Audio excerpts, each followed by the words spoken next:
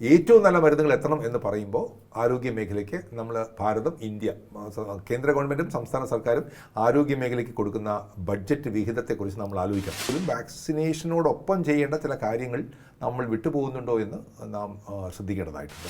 എത്രയും പെട്ടെന്ന് തൊട്ടടുത്ത സ്ഥലത്ത് പോയിട്ട്, അല്ലെങ്കിൽ റണ്ണിങ് വാട്ടറുള്ള ഒരു സ്ഥലത്ത് പോയിട്ട് അല്ലെങ്കിൽ മുറിവേറ്റ ഭാഗം, ഏത് ഭാഗമാണെങ്കിലും റണ്ണിങ് വാട്ടറിൽ സോപ്പ് ഉപയോഗിച്ച് ഏറ്റവും കുറഞ്ഞത് 15 മുതൽ 20 മിനിറ്റ് വരെ കഴുകുക എന്നുള്ളതാണ്.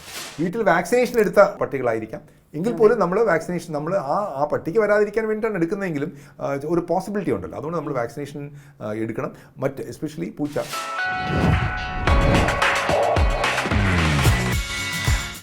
മലപ്പുറത്ത് പ്രതിരോധ കുത്തിവയ്പ് എടുത്തതിന് ശേഷവും ഒരു പെൺകുട്ടി പേവിഷബാധയേറ്റ് മരിച്ചിരുന്നു. ഈ വാർത്ത കേരളം കേട്ടത് വളരെ ഞെട്ടലോടെയാണ്. ഇവിടെ ചോദ്യം ചെയ്യപ്പെടുന്നതും ആന്റി റാബീസ് വാക്സിന്റെ വിശ്വാസ്യതയാണ്. ഇവിടെ ആർക്കാണ് പിഴച്ചത്? സർക്കാരിനോ ആരോഗ്യ വകുപ്പിനോ? ഇതുതന്നെയാണ് നമ്മൾ ടോക്കിംഗ് പോയിന്റിൽ ചർച്ച ചെയ്യുന്നത്. നമ്മോടൊപ്പമുള്ളത് ഡോക്ടർ സുൽഫിയാണ്. നമസ്കാരം സർ.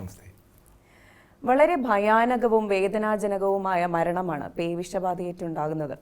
എങ്ങനെയാണ് പ്രതിരോധ കുത്തിവയ്പ് എടുത്തതിന് ശേഷവും ആ പെൺകുട്ടി മരിച്ചത്? ഇതിപ്പോൾ ഫസ്റ്റ് ഇൻസിഡൻ്റ് അല്ല. ഇതിനു മുമ്പും ഇതുപോലൊരു ചില ഇടത്തുകൾ ഉണ്ടായിട്ടുണ്ട്. റേബീസ് മൂലമുണ്ടാകുന്ന മരണം കേരളത്തിൽ തന്നെയും ഒരു ആദ്യമായി സംഭവിക്കുന്നതല്ല. അപ്പോൾ ഇത്തരം മരണങ്ങളില്ല. അപ്പോൾ റേബീസ് ആണെങ്കിലും അതുപോലെയുള്ള മറ്റ് രോഗങ്ങളിലൊക്കെ ആണെങ്കിലും വാക്സിനേഷന് ശേഷവും മരണം സംഭവിക്കുന്നതിൻ്റെ കാരണം പലപ്പോഴും പഠന വിധേയമാക്കാറുണ്ട്. അപ്പോൾ ഈ കാര്യത്തിലും വളരെ കൃത്യതയോടുകൂടി നമുക്ക് ചില കാര്യങ്ങൾ ചൂണ്ടിക്കാണിക്കാൻ കഴിയും. വാക്സിനേഷൻ്റെ എഫക്റ്റീവ്നെസ്, അല്ലെങ്കിൽ വാക്സിനേഷൻ്റെ എഫക്റ്റീവ്നെസ്സിനെ ക്വസ്റ്റ്യൻ ചെയ്യുന്നതിന് മുൻപ് നമ്മൾ മനസ്സിലാക്കേണ്ട ഒരു കാര്യം, ഒരു വാക്സിനും, ലോകത്തുള്ള ഒരു വാക്സിനും 100% പ്രൊട്ടക്ഷൻ നൽകുന്നില്ല എന്നുള്ളതാണ്. ഇതൊരു 99% ദാറ്റ്സ് എ സബ്സ്റ്റാൻഷ്യൽ നമ്പർ. 99% എന്ന് പറഞ്ഞു കഴിഞ്ഞാൽ മിക്കവാർക്കും അത്യപൂർവമായി മാത്രം ആണ് മിസ് ചെയ്തു പോകുന്നത്. പക്ഷേ അത് ഒഴിവാക്കാൻ പോലും വാക്സിനേഷനോടൊപ്പം ചെയ്യേണ്ട ചില കാര്യങ്ങൾ നമ്മൾ വിട്ടുപോകുന്നുണ്ടോ എന്ന് നാം ശ്രദ്ധിക്കേണ്ടതായിട്ടുണ്ട്. ഫോർ എക്സാമ്പിൾ, ഇപ്പം ഒരു പേവിഷബാധ പട്ടി കടിച്ചു എന്ന് പറഞ്ഞു കഴിഞ്ഞാൽ നമ്മൾ പലപ്പോഴും വിചാരിക്കുന്നത് എത്രയും പെട്ടെന്ന് തൊട്ടടുത്ത സ്ഥലത്ത് പോയിട്ട്, അല്ലെങ്കിൽ റണ്ണിങ് വാട്ടറുള്ള ഒരു സ്ഥലത്ത് പോയിട്ട് അല്ലെങ്കിൽ മുറിവേറ്റ ഭാഗം, ഏത് ഭാഗമാണെങ്കിലും റണ്ണിങ് വാട്ടറിൽ സോപ്പ് ഉപയോഗിച്ച് ഏറ്റവും കുറഞ്ഞത് 15 മുതൽ 20 മിനിറ്റ് വരെ കഴുകുക എന്നുള്ളതാണ്. ഇതിന് സയൻസ് ഉണ്ട്. ആ സയൻസ് പറയുന്നത് നമ്മുടെ ഈ വൈറസിൻ്റെ അതിൻ്റെ കവറിങ്, അല്ലെങ്കിൽ അതിൻ്റെ എക്സ്റ്റേണൽ കവറിങ് തീർച്ചയായിട്ടും അതിൻ്റെ ക്യാപ്സ്യൂളിൽ പരിപൂർണമായിട്ടും നശിച്ചു പോകും. ഈ സോപ്പിൻ്റെ ലൈനിൽ അത്രയ്ക്കും ഇത് ശരീരത്തിന് പുറത്ത് ശക്തിയുള്ള ഒരു വൈറസ് അല്ല. വെള്ളം വീഴുന്നു, സോപ്പ് വെള്ളം വീഴുന്നു, അത് നശിച്ചു പോകുമെന്ന് മാത്രമല്ല, വെള്ളം ധാരധാരമായിട്ട് ഒഴിക്കുമ്പോൾ വൈറസിൻ്റെ മറ്റ് പാർട്ടിക്കിൾസും മറ്റു കാര്യങ്ങളും ആ സൈറ്റിൽ നിന്നും ഒഴിഞ്ഞു പോവുകയും ചെയ്യും. 15 മുതൽ 20 മിനിറ്റ് വരെ. അത് വളരെയധികം പ്രാധാന്യം അറിയിക്കുന്നതാണ്.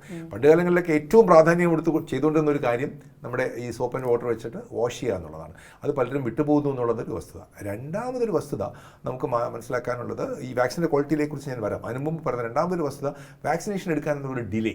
നമ്മളിപ്പം ഒരു കടിയേറ്റ് കഴിഞ്ഞാൽ, ഇപ്പം രാത്രിയാണ് നമ്മുടെ ഒരു പട്ടിയുടെ ഒരു കടിയേക്കാണ്, നമ്മൾ വിചാരിക്കും ഓക്കെ കടിയേറ്റ് ചെറിയ മുറിവാണല്ലോ, നാളെ രാവിലെ എടുക്കാം. അത് പാടില്ല. അത് നമ്മൾ കൃത്യമായിട്ട് എത്രയും നേരത്തെ എല്ലാ അത്യാഹിത വിഭാഗങ്ങളിലും, സർക്കാർ സർവീസിലും ഗവൺമെൻറ് സർവീസിലും സ്വകാര്യ ആശുപത്രികളിലൊക്കെ തന്നെ റേബീസിനെതിരെയുള്ള വാക്സിനേഷൻ ലഭ്യമാണ്. എത്രയും പെട്ടെന്ന് വാക്സിനേഷൻ എടുക്കുക എന്നുള്ളത് പ്രാധാന്യം. അതിനൊരു ഗോൾഡൻ അവർ ഉണ്ട്. അബ്സല്യൂട്ട്ലി ഒരു ഗോൾഡൻ അവർ. ഈ കാര്യം നമ്മൾ റോഡ് ട്രാഫിക് ആക്സിഡൻസിന് ഒരു ഗോൾഡൻ അവർ വെക്കാറുണ്ട്. ഹാർട്ട് അറ്റാക്ക് വരുന്നു, സ്ട്രോക്ക് വരുന്നു, ഗോൾഡൻ അവർ വെക്കാറുണ്ട്.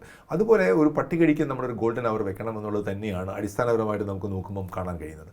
എത്രയും പെട്ടെന്ന് പോവുക, വാക്സിനേഷൻ എടുക്കുക. വാക്സിനേഷൻ എടുക്കുന്നത് മാത്രമല്ല, അതിനകത്ത് രണ്ട് കാര്യങ്ങളുണ്ട്. വാക്സിനേഷൻ എടുക്കുമ്പോൾ ഡോക്ടർ ഇതിനെ കാറ്റഗറൈസ് ചെയ്യും. ഈ മുറിവ് ഏതിട്ടാണ് കാറ്റഗറി 1, 2, 3 എന്ന് പറഞ്ഞു. 1 വളരെ മൈൽഡായിട്ടുള്ള, ചിലപ്പോൾ നമ്മുടെ സ്കിന്നിന് മേലുള്ള ചെറിയ മുറിവുകളില്ലാത്ത ഒരേലോ അല്ലെങ്കിൽ നക്കുക അങ്ങനെയൊക്കെ പറയുന്ന കാര്യങ്ങളായിരിക്കും. കാറ്റഗറി 2ഉം 3യും, 2നാണെങ്കിൽ ചെറിയ മുറിവുകളും 3ക്ക് ഗുരുതരമായ മുറിവുകളാണ്. ഈ ഗുരുതരമായ മുറിവുകൾക്ക് ഇമ്മ്യൂണോഗ്ലോബുലിൻ ആവശ്യമാണ് എന്ന് ഡോക്ടർ പറയുകയാണെങ്കിൽ ഇതിനോടുള്ള ഒരു ഇമ്മ്യൂണോഗ്ലോബുലിൻ്റെ ഒരു ഇഞ്ചക്ഷൻ ഉണ്ട്. ആ ഇഞ്ചക്ഷൻ കൂടെ എടുക്കണം. അത് മാത്രമല്ല, ഈ വാക്സിനേഷൻ്റെ ഫുൾ ഡോസ് കംപ്ലീറ്റ് ചെയ്യണം. അപ്പോൾ ഫസ്റ്റ് ഇഞ്ചക്ഷൻ നമ്മൾ അന്ന് കൊടുക്കുകയാണ്, അതിനുശേഷമുള്ള ഇഞ്ചക്ഷൻസ് ഉണ്ട്. അത് ആ ഡോസ് കൃത്യമായി ഡോക്ടർ പറയുന്നതിനനുസരിച്ചിട്ട് പാലിക്കുകയും ചെയ്യുക എന്നുള്ളതാണ്.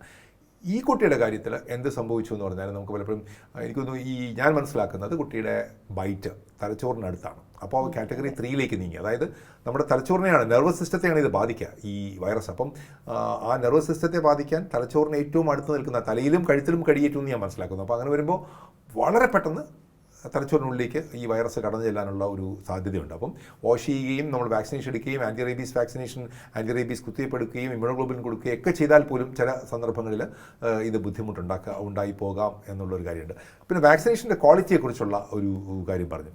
നമുക്ക് മരുന്നുകളുടെ ക്വാളിറ്റി എപ്പോഴും പ്രാധാന്യം അർഹിക്കുന്നത് തന്നെയാണ്. അത് നമ്മൾ തള്ളിക്കളയുന്നില്ല. അതിപ്പോൾ ഏറ്റവും നല്ല ക്വാളിറ്റിയുള്ള മരുന്ന് ഏറ്റവും നല്ല കൂടുതൽ ആൾക്കാർക്ക് കൊടുക്കുന്നതാണ് അഭികാമ്യം. വാക്സിൻ മാത്രമല്ല മറ്റ് കാര്യങ്ങൾ. പക്ഷേ ഈ കാര്യത്തിൽ വാക്സിൻ്റെ ക്വാളിറ്റിയെക്കുറിച്ച് സംശയമുണ്ടാക്കുന്ന ഒരു കാര്യവും ഉയർന്നു വന്നിട്ടില്ല എന്നുള്ളതാണ് ഒരു വസ്തുത. സെക്കൻഡ് തിങ്, ഈ വാക്സിനേഷന് കൂടുതൽ പഠനങ്ങൾ നടത്തിയാൽ മാത്രമേ നമുക്ക് അങ്ങനെ എന്തെങ്കിലും സംഭവിച്ചിട്ടുണ്ടോ എന്നും കൂടെ അറിയാൻ പറ്റും. പക്ഷേ പൊതുവേ ഈ കാര്യം ഞാൻ വാക്സിൻ്റെ കാര്യം മാത്രമല്ല പറയുന്നത്, പൊതുവേ ഏറ്റവും നല്ല മരുന്നുകൾ എത്തണം എന്ന് പറയുമ്പോൾ ആരോഗ്യ മേഖലയ്ക്ക് നമ്മൾ ഭാരതം, ഇന്ത്യ, കേന്ദ്ര ഗവൺമെൻറ്റും സംസ്ഥാന സർക്കാരും ആരോഗ്യ മേഖലയ്ക്ക് കൊടുക്കുന്ന ബഡ്ജറ്റ് വിഹിതത്തെക്കുറിച്ച് നമ്മൾ ആലോചിക്കണം. നല്ല ക്വാളിറ്റി മരുന്ന് വേണമെങ്കിൽ കൂടുതൽ കാശ് വേണം. അപ്പോൾ നല്ല ക്വാളിറ്റി മരുന്നുകൾക്ക് കിട്ടണമെന്നുണ്ടെങ്കിൽ ഇപ്പോഴുള്ള ബഡ്ജറ്റ് വിഹിതത്തിൻ്റെ ഒരു 4% മാറ്റുകയും കൂടാതെ ഈ മൂന്ന് സർക്കാരുകൾക്ക്, അതായത് BJP ആണെങ്കിലും കോൺഗ്രസ് ആണെങ്കിലും CPM ആണെങ്കിലും 3 സർക്കാരിനും വേണ്ട ഒരു വിൽ പവർ ഉണ്ട്.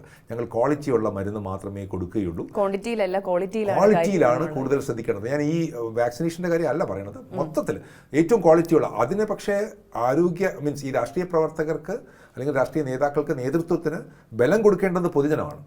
ജനം പറയണം ഞങ്ങൾക്ക് ക്വാളിറ്റി മരുന്നാണ് വേണ്ടത്, എല്ലാവർക്കും മരുന്ന് കൊടുക്കുന്നതിനേക്കാൾ ഉപരി ക്വാളിറ്റിയുള്ള മരുന്ന് വേണമെന്ന് പറഞ്ഞു കഴിഞ്ഞാൽ തീർച്ചയായിട്ടും അവരെ വോട്ട് ബാങ്ക് നാച്ചുറലി നോക്കും. രാഷ്ട്രീയം അങ്ങനെയാണല്ലോ. അപ്പോൾ നമുക്ക് ആ ഒരു ആർജവം കൂടെ ഉണ്ടാവുകയാണെങ്കിൽ ക്വാളിറ്റിയുള്ള മരുന്നുകൾ, ഇതിൽ ആൻറ്റിബയോട്ടിക്സിൻ്റെ കാര്യത്തിലാണെങ്കിലും ഏറ്റവും നല്ല ക്വാളിറ്റിയുള്ള മരുന്നുകൾ വാങ്ങുകയും അത് വാങ്ങാൻ കഴിയാത്ത പാവപ്പെട്ട ആൾക്കാർക്ക് അത് കൊടുക്കുകയും മറ്റുള്ളവർ വാങ്ങട്ടെ നല്ല ക്വാളിറ്റിയുള്ള മരുന്ന്, അങ്ങനെ ഒരു പോളിസി സ്വീകരിക്കാനുള്ള ഗട്ട്സ് രാഷ്ട്രീയ നേതൃത്വം ഉണ്ടാവുക വേണം. Okay sir. അപ്പോൾ ഈ വാക്സിനേഷനിലേക്ക് വരുമ്പോൾ ഇതിൻ്റെ ഡോസേജ് എങ്ങനെയാണ് ആൻറ്റി റേബീസ് വാക്സിൻ്റെ?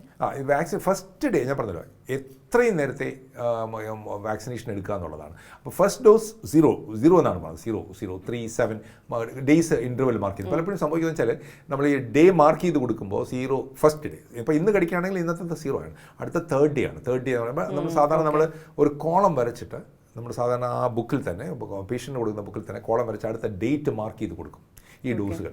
ഈ ഡോസേജ് വളരെ കൃത്യമായിട്ട് 0, 3, 7, 14, 13 ആ ഒരു പ്രോസസ്സ് ആ ഡോക്ടർ പറഞ്ഞു തരുന്നത് ഡേറ്റിന് അനുകൂലമായിട്ട് ഒട്ടും വ്യത്യാസമില്ലാത്ത രീതിയിൽ എടുക്കുക എന്നുള്ളത് ഫോളോ അപ്പ്. ആദ്യത്തെ ഒരു വാക്സിൻ എടുക്കുമ്പോൾ മറന്നു പോകും പലപ്പോഴും.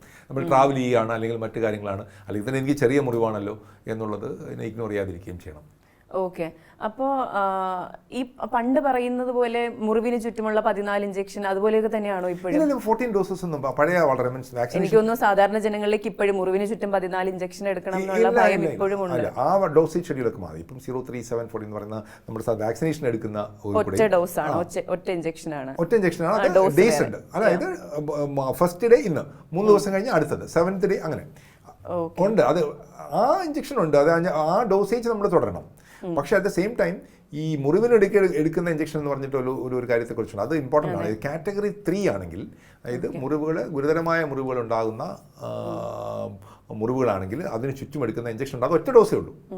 ഇപ്പം ഒരു കയ്യിലൊരു മുറിവുണ്ട് അല്ലെങ്കിൽ കഴുത്തിലൊരു മുറിവുണ്ടെങ്കിൽ ആ മുറിവിന് ചുറ്റുവട്ടവും ഒരു ആൻറ്റി റേബീസ് ഇമ്മ്യൂണോഗ്ലോബിൻ എന്ന് പറഞ്ഞൊരു സാധനം അത് കുത്തിവയ്ക്കുക. അത് ഒറ്റ ഇഞ്ചക്ഷൻ ഉള്ളൂ. പഴയതുപോലെ പൊക്കിളിന് ചുറ്റും കിട്ടുന്ന വേദന ഉണ്ടാക്കുന്ന ഗുരുതരമായ ഇഞ്ചക്ഷൻ ഒന്നും അല്ല. ഇത് ജീവൻ രക്ഷിക്കുന്ന ഒരു വാക്സിനേഷനാണ്.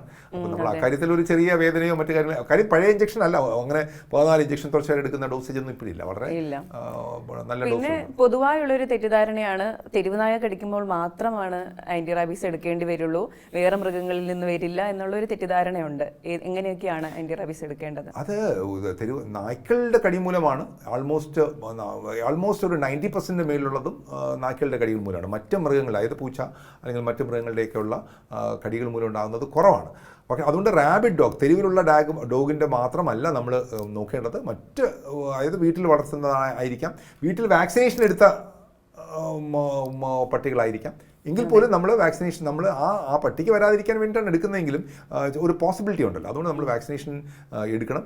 എസ്പെഷ്യലി പൂച്ച കടിച്ചാൽ ഇഗ്നോർ ചെയ്യരുത്. നമ്മളിപ്പോൾ ആ പൂച്ച മുറിവുണ്ടാക്കുകയാണെങ്കിൽ, മാന്തിയാൽ അത്തരം മുറിവുകൾ ഉണ്ടാക്കുകയാണെങ്കിൽ അതിനും നമ്മൾ വാക്സിനേഷൻ ഡോക്ടറിൻ്റെ നിർദ്ദേശപ്രകാരം കൃത്യമായ ഡോസിൽ നമ്മൾ എടുക്കണമെന്നുള്ളത് പ്രാധാന്യം അർഹിക്കുന്നു.